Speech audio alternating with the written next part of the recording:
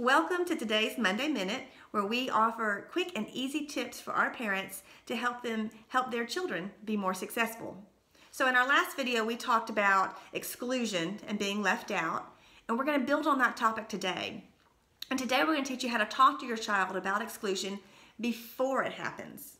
Okay, so we all face it at some point. Your child will face it too. They'll be left out of something and have hurt feelings. But by talking about it in advance and knowing that this is something to expect, that this is normal, and that it will happen, and equipping them with a response helps them really build confidence. And it even helps it hurt a little bit less when it does happen to them. So this looks a little bit different for our kids and versus our teenagers.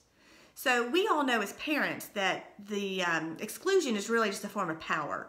And we know that it's our child's job to disarm the other person of that power. So for kids, it looks like something like this. Like when they're excluded, they need to know to, one, expect it so that it's not a surprise that at some point they're going to face this.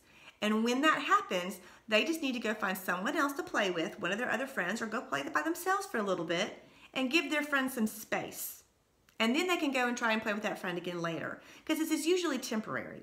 Not always, but that's the first place where you start, okay? Again, their friend just may be having a bad day, it may be something else going on. Let's just go play over here for a little bit.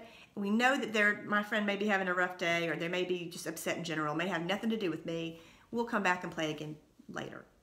Now for our teenagers, it looks a little bit different. For our teenagers, we need to teach them how to assertively communicate their concerns. And as teenagers, we tend to either be passive, where if we're excluded, we just don't say anything, or we're aggressive, where we really start to act out or become mad. But we can teach our children how to be assertive, which is a much more effective way to deal with our peers. And we do that by teaching them what to say to our friend. For example, you may say to your friend, it seems like you don't want to hang out with me anymore. Have I made you mad? Now, of course, the friend's going to say, no, you haven't made me mad, because we're passive. It was when we're teenagers. So the next part is really critical. You've got to then teach your teen how to talk about the discrepancy between their words and their actions. And it may look like this. You say you're not mad at me, but you won't sit next to me at lunch. Or, you invited everybody over and you didn't include me. I thought we were friends. Can we talk about it? That's where you go. You've got to at least acknowledge the difference. Okay, now that takes practice. That is not something that comes easily. It takes practice. So we hope that today's tips gave you some ideas of things that you can use with your family, and we hope it inspired you and that you'll join us next time.